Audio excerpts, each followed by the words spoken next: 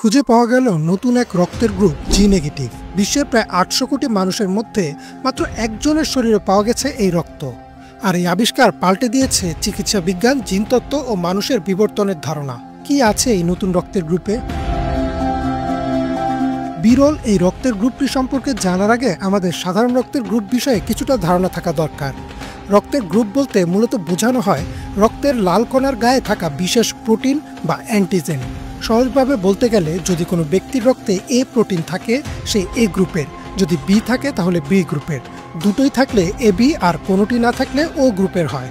পাশাপাশি আরএইচ নামের আরেকটি গুরুত্বপূর্ণ প্রোটিন থাকে। যদি আরএইচ থাকে তাহলে রক্ত পজিটিভ আর না থাকলে negative.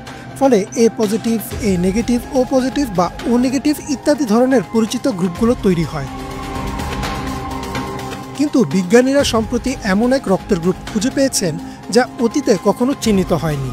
Life science, popular mechanics বা সায়েন্স অ্যালার্টের মতো একাধিক বিজ্ঞান ভিত্তিক সংস্থার প্রতিবেদন অনুযায়ী এই গ্রুপের নাম রাখা হয়েছে গুয়াডা নেগেটিভ। তবে অনানুষ্ঠানিকভাবে বিভিন্ন গণমাধ্যমের সংক্ষেপে একে জি নেগেটিভ ডাকা হচ্ছে। এই নামের পেছনে একটি স্থানীয় ইতিহাস রয়েছে। ফ্রান্সে বসবাসরত যে মহিলার শরীরে এই রক্ত পাওয়া গেছে তিনি ক্যারিবিয়ান অঞ্চলের গুয়াডেলুপ দ্বীপ থেকে আসা। সেখানকার স্থানীয় নাম গুয়াডা, আর তা থেকেই এই গ্রুপের নাম দেওয়া হয়েছে। এই নারী যখন চিকিৎসার জন্য হাসপাতালে যান তখন তার রক্তের গ্রুপ পরীক্ষা করতে গিয়ে চিকিৎসকরা দেখেন তার রক্ত প্রচলিত কোনো গ্রুপের সাথে মিলে না। এমনকি যেসব বিরল উপগ্রুপ বা রেয়ার সাবটাইপস আগে শনাক্ত হয়েছে তার সাথেও মিল খুঁজে পাওয়া যায়নি।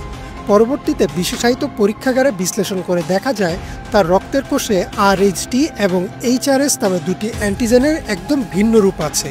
এই বৈশিষ্ট্য তাকে করে তুলেছে সম্পূর্ণ অদ্বিতীয়। তার রক্ত কেবল তার শরীরেই কাজ করবে, বিশ্বের আর কারো সাথে মিলবে না। বিজ্ঞানীরা মনে করেন এই অদ্ভুত বৈশিষ্ট্য জন্মগত। তার পূর্বপুরুষদের মধ্যে কারো জিনের বিরল রূপান্তর বা মিউটেশনের কারণে এই রক্তের ধরন এসেছে। ইকোনমিক টাইমসের একটি রিপোর্টে বলা হয়েছে এই ধরনের রক্তকে বলা যায় আলট্রা রেয়ার ব্লাড গ্রুপ। বিশ্বে এই ধরনের একক ব্যক্তি কখনো রক্তদান করলে সেই রক্ত সংরক্ষণ করে রাখাই একমাত্র ভরসা।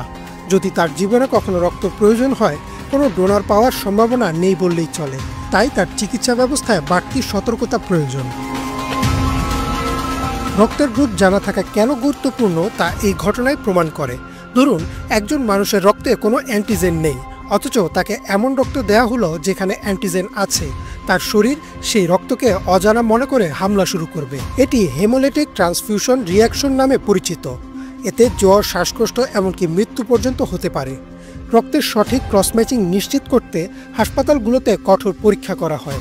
তাই রক্ত সঞ্চালনকে চিকিৎসা বিজ্ঞানের সবচেয়ে সংবেদনশীল কাজ হিসেবে ধরা হয়। বিশেষজ্ঞদের মতে এই আবিষ্কার কেবল চিকিৎসা নয়, জিনতত্ত্ব ও মানুষের বিবর্তনের দিকেও নতুন আলো ফেলেছে। কারণ রক্তের অ্যান্টিজেনের এই ভিন্নতা প্রমাণ করে আমাদের জিনগত বৈচিত্র্য কত অজানা। সায়েন্স অ্যালার্ট জানিয়েছে গবেষকরা এখন এই গুয়াডা নেগেটিভ রক্তের উৎস খুঁজতে চাচ্ছেন। তারা জানতে চাইছেন হয়তো পৃথিবীর আর কোথাও কোনো পরিবারে এমন রক্ত আছে যা এখনও শনাক্ত হয়নি। ইমরান মাহমুদ, বাংলা ভিশন।